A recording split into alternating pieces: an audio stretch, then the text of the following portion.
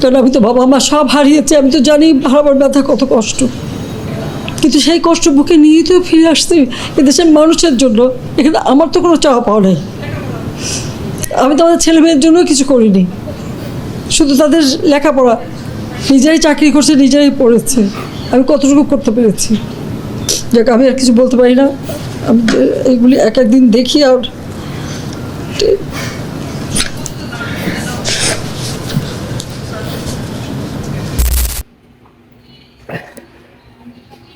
আমি সত্যি আর নিতে পারতেছি না। আমি সত্যি নিতে পারতেছি না। আমি এই সিন দেখার পর আমি আবেগে আপ্লুত হয়ে গেছি। আমি নিজের কান্না ধরে রাখতে পারতেছি না ভাই, লিটারালি কান্না ধরে রাখতে পারতেছি না। আমি সাধারণত এই ধরনের নাটকের সিন দেখে আমি কাঁদি না ভাই। আমি সেই লাস্ট আমার মনে আছে, আমি কখন 2017 সালের নাটকের একটা সিন দেখছিলাম, মেহজাবিনের একটা সিন দেখে আমি কান্না করতেছিলাম। নাটকের ওই সিনটা আমি আবার একটু এখন রিপ্লে করে দেখে। শোনো, নিজের যত্ন নিবা,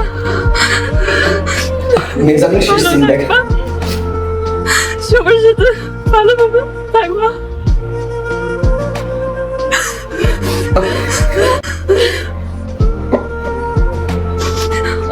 আমি আসি তাহলে। 2017 সালের পর কেউ যদি আমার প্রশ্ন করতো যে বাংলাদেশের মধ্যে অভিনয়ে আপনি কাকে অস্কার দিতে চান, যার কান্না সবচেয়ে বেশি আপনার হৃদয়ে ব্যথা দিছে, আমি তখন এক কথায় উত্তর দিয়ে দিতাম মেহজাবিন চৌধুরী।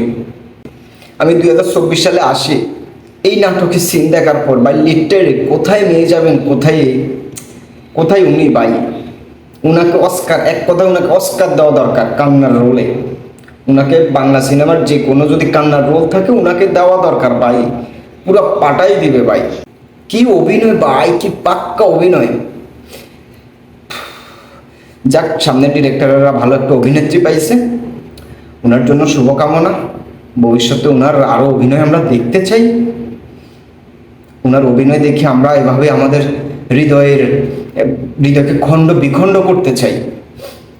ধন্যবাদ এরকম একটা অভিনয় দেখানোর জন্য। ধন্যবাদ।